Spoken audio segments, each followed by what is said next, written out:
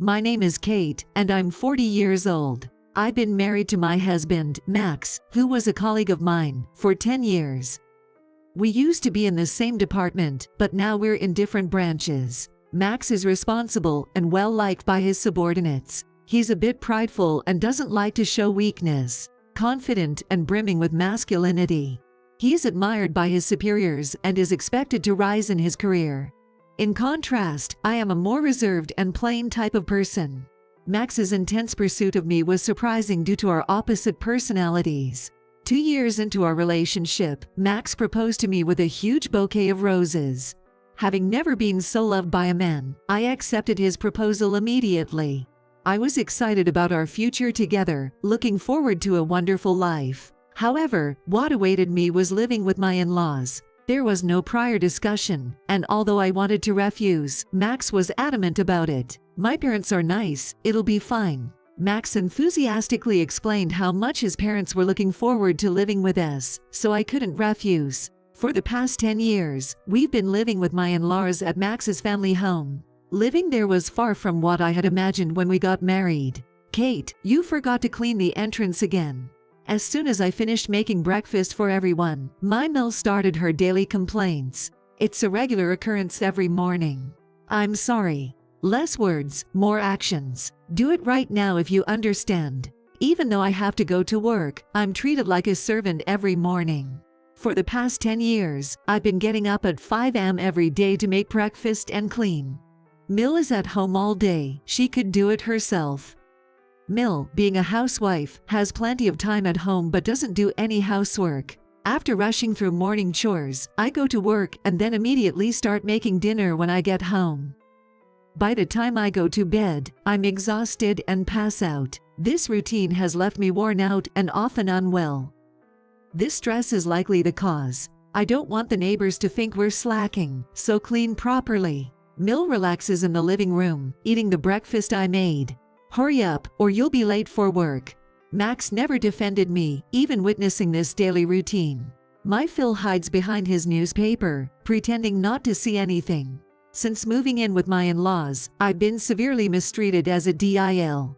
This stress has caused my weight to plummet, making me look unhealthy. You look so skinny and pathetic. No wonder you can't bear children with that body. Due to sudden weight loss, I lost my periods and couldn't conceive. Mill blames me for this, despite being the cause. Before marriage, I took care of my appearance and was healthy. Now, I don't recognize myself. This stress and seeing my reflection make me deeply depressed. I become completely submissive to Mill. I've lost all motivation and can't even think about leaving. Then, I received tragic news. My father had suddenly passed away in an accident. I hadn't visited my parents' home in a long time because Mill and Max criticized me whenever I wanted to go. Hearing about my father's death, I regretted not seeing him more. My parents' home is about an hour's drive from Max's family home. Since it wasn't far, I asked Mill and Max to come to my father's funeral. My father's funeral is coming up. So, we're not going. Just keep it your family affair. They cut me off before I could finish. I never imagined they could be so heartless. Shaking with anger and sorrow, I simply replied, "Understood." Many people came to my father's funeral. He ran his own business and had many connections. Everyone was in tears, showing how much he was loved. "Kate, it's been so long, but why are you so thin?" Seeing me for the first time in a while, my mother was shocked at my appearance. "Oh, it's nothing. Are you sick? I can't bear losing you too." Thinking I was ill, Mother started crying. Given her fragile state after father's death, it was understandable. "I'm not sick. Don't worry." I calmed my distraught mother and took a break in the waiting room. "If you're not sick, then what's wrong?" I thought about my interactions with Mill and Max. Even with my father's death, they didn't offer a single kind word. Anger boiled within me, and I decided to tell my mother about my life with the in-laws. "Actually, I've been mistreated by my Mill. I'm just really tired." As I spoke with my head down, Mother looked at me with concern. "I'm glad you're not sick, but I can't be at ease knowing this. Is that why you haven't visited?" "Yay." Nodding, Mother handed me a piece of paper. "Read this yourself and think about what to do next. It was my father's will. Being meticulous, he had left a will just in case. It included details about inheritance. He left me $20 million. $20 million. Yes, you can decide how to use it. The amount was staggering, and my eyes widened. I saw hope for leaving the in-laws. With this, I can build a house and move out. Thanks to my father's legacy, my life seemed to brighten. I returned to the in-laws' home and did my usual chores. On days when I had plans, the house was messier than usual. With no one else to clean, no wonder why. As I did the chores, I thought about the $20 million I inherited. Despite my resentment towards Mill, I wanted to stay with Max. I decided to be honest about the inheritance and suggest moving out. I need to talk to you. After Mill and Phil went to bed, I began speaking with Max alone. Talk. Yes, about my father. I inherited his estate. Oh, how much? $20 million. Hearing the amount, Max was dumbfounded by the sheer number. What did you say? I said $20 million. Realizing what I said, my husband was overjoyed. He left us that much. That's amazing. About how to use it. As he became more cheerful, I got to the main point. But before I could speak, my husband said something shocking. Then we need to transfer that money to Mom's account right away. I couldn't understand his words. It was so absurd that I thought he was joking. No way, why? I inherited it, so that's not right. I laughed as I spoke, but he slammed the table. What nonsense are you talking about? A wife's money belongs to her Mill. He didn't think he was saying anything wrong. I was terrified by his serious expression. I'm sorry, I don't understand what you're saying. I just wanted to talk about building a house for us. But he wouldn't listen and wanted to give my inheritance to his mother. I was so shocked I couldn't sleep that night. The next morning, as I was making breakfast, Max and Mill approached me angrily. Kate, I heard you inherited $20 million and refused to give it to us. What do you think you're doing? Mill had already heard about the inheritance from Max. But I inherited it. Stop arguing and transfer it to my parents' account now. As a wife, your money is the family's money. They were determined to take the inheritance by force. No matter how much I refused, they kept pressuring me. Thinking resistance was futile, I stayed silent, and Max showed me a piece of paper. You're getting too cocky because of the money. I've been supporting you, and this is how you act. If you don't change your mind, we'll divorce. It was a divorce paper. I've already signed it. Take it and go back to your parents' house. If you apologize properly, maybe we won't divorce. He handed me the signed divorce papers. Looking at the papers, memories flooded back. I was never supported in this house. I paid the same amount for living expenses as Max and did all the housework. They never took care of me. Yet, the two of them always looked down on me. Now, they were trying to take my father's money. If I stayed, I might give in to their demands. But my father left this money for me. Being told to leave was actually a chance. With the signed divorce papers, I had the power to decide my future. I swore I wouldn't give up the inheritance and made a decision. After work that day, I went back to my parents' house. I'm home. Welcome back. Somehow, I felt you'd come back soon. Mother smiled gently and welcomed me warmly. The table was filled with her home-cooked dishes. It had been so long since I had a meal cooked by someone else.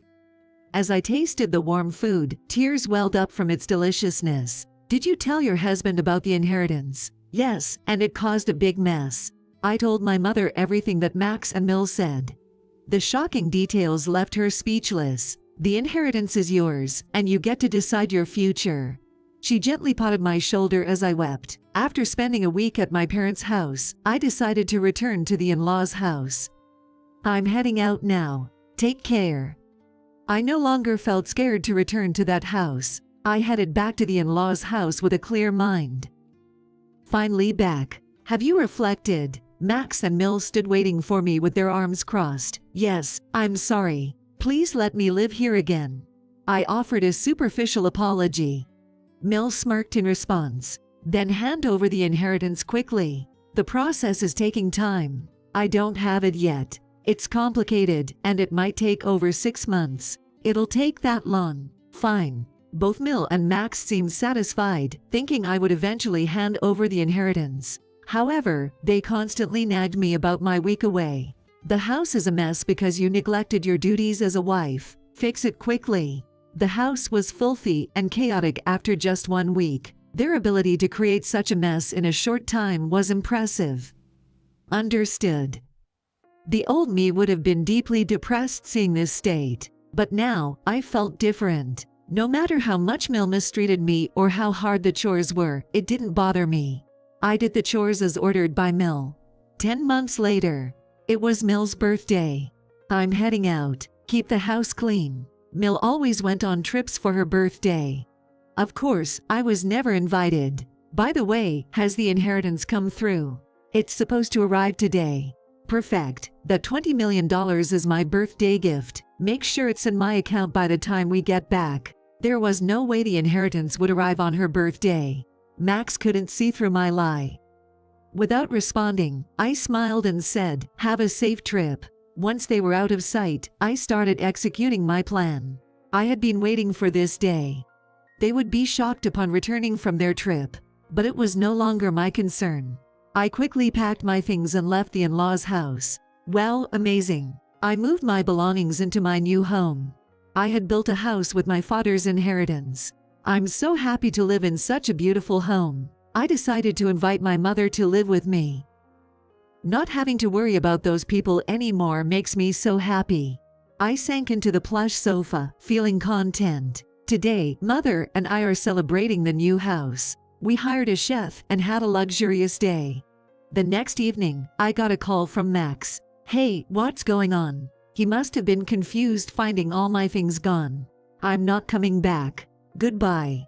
As I was about to hang up, Mill shouted from the other side. "What are you thinking? Where are you?" "I can't tell you that. I was told to clean up, so I packed my things." "This isn't funny. And you haven't transferred the inheritance. How many times do I have to tell you, a wife's money is mine?" "Excuse me, I'm single." Mill went silent. "Single? Well, divorced. I filed the papers you gave me. We're no longer related. Goodbye." I said that and hung up the phone. Imagining Mill's stunned expression on the other end of the line made me laugh uncontrollably. Being free from that family lifted a huge weight off my shoulders. After that, my ex-husband called me multiple times. I answered only when I had time, listening to his and Mill's rants. I recorded all the calls. I took the recordings to the police officer. Harassment from an ex is not uncommon. We'll issue a warning before it escalates. Thankfully, the police acted quickly and warned my former in-laws. The visit alone was a significant blow to their reputation. Max's colleagues saw the police and spread the word. As Max was well known at work, rumors spread fast. Colleagues who disliked him amplified the gossip, tarnishing his reputation. Soon, the rumors reached my department. I heard the police were involved. I'm divorced, so I don't know. Divorced, yes. Mill's bullying and Max's verbal abuse were terrible. I spoke loudly enough for others to hear. The gossip-loving employees spread the rumors even more. It didn't take long for the news to reach Max's boss. "Max, I've heard some troubling rumors." "What?" "Oh, it's nothing. I despise men who can't treat their wives right. These rumors damage our reputation. You're being transferred." The transfer order given to my ex-husband was harsh. "What? Here?" It was the worst-performing regional branch, known as an isolated area with no entertainment. You understand what this means, right? Everything my ex-husband had built up crumbled, and he had no chance of promotion. He couldn't refuse the order, and moved to the remote location. As for Mill, she was shocked by her son's demotion and their separation. She became completely reclusive, which led to her developing depression. She often acted out violently at home, showing signs of dementia. My former Phil is desperately caring for the drastically changed Mill. Even if there's no blood relation, a DIL is still an important family member. The harassment they inflicted on me came back to them. Now, I'm living happily with my mother. We've started gardening in our large yard. If I'd stayed in that house, I would never have discovered this wonderful hobby. This new hobby has brought me joy and vitality. This stress-induced frailness has been replaced by health and vigor. Cutting ties with my former in-laws has made me very happy.